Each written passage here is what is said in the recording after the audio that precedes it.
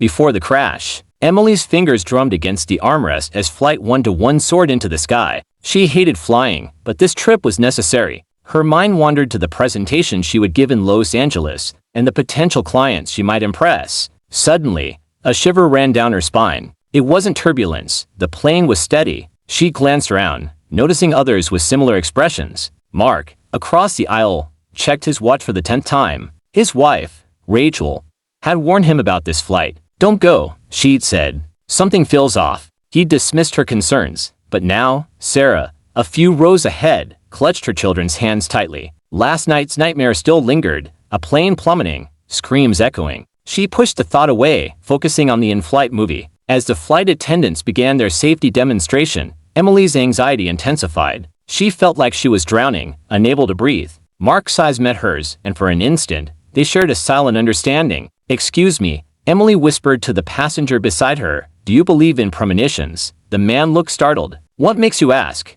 "I have this feeling. Something's wrong." He nodded sympathetically. "I've had those moments too. Maybe it's just flight jitters." Emily nodded, but her gut disagreed. 20 minutes into the flight, the plane hit turbulence. Oxygen masks dropped, and panic spread. "Mayday! Mayday!" The captain's voice crackled over the intercom. "Flight 121 experiencing severe turbulence and system failure." Emily's world narrowed to a single thought.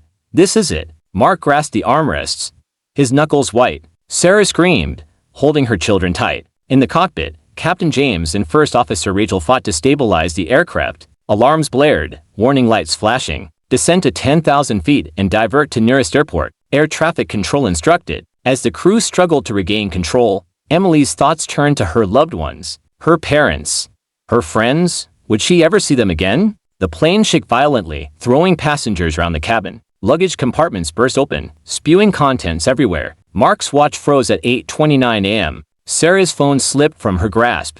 Her last text message reading, "I love you." "I knew." Emily's eyes locked onto Mark's, and in that moment, they shared a desperate understanding. This was the end. And then, nothing. The investigation later revealed a combination of mechanical failure, human error, and unforeseen weather conditions. 213 lives lost. In the aftermath, Emily's phone was found, her final text message reading, "I knew this would happen." Mark's watch was recovered, its screen frozen at 8:29 a.m. Sarah's husband received her cryptic message, "I love you." "I knew." Their stories merged into a haunting question. What if they had listened to their instincts?